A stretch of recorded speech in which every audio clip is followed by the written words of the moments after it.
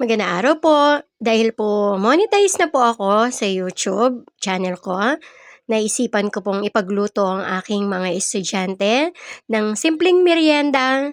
Libre po yung recess po nila ngayon. So, napakasaya po ng aking puso na na-approve po lahat ng aking mga kailangan sa YouTube. At ngayon, inallow na po ako ni YouTube na ma-monetize. So, sobrang saya ko po kaya naisipan kong ilibre po ng merienda ang aking mga estudyante. Simpleng merienda lang po yan pero alam ko po mabubusog po silang lahat. Siyempre po, inspirasyon ko po ang aking mga estudyante. Sila po yung tinuturing kong pangalawang anak, maliban sa mga totoong anak ko po. At dahil wala po akong regalo sa kanila nung nakaraang Pasko, yan po ang aking naisip, yung bigyan po sila ng konting pagkain para naman po sa celebration ko po na na-monetize na nga po ako sa YouTube.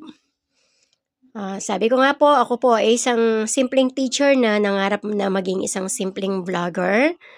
Pero syempre mahal ko po ang trabaho ko at naisipan lang pong mag-upload ng mga videos sa YouTube about pagkain.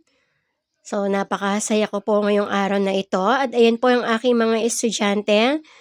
Talagang tuwang-tuwa po sila sa pagkain na akin pong inihanda sa kanila. Naway, pag sumahod na po, mauulit po ulit yung aking pamerienda po sa aking mga estudyante. Nakikita ko po yung saya at tuwa sa kanilang muka dahil libre po yung kanilang pagkain ngayong araw na ito. Sa mga hindi pa po monetize, wag po kayong mawala ng pag-asa. Darating at darating din ang araw na mamonetize din po kayo. Maraming salamat po at God bless us all po sa inyong lahat.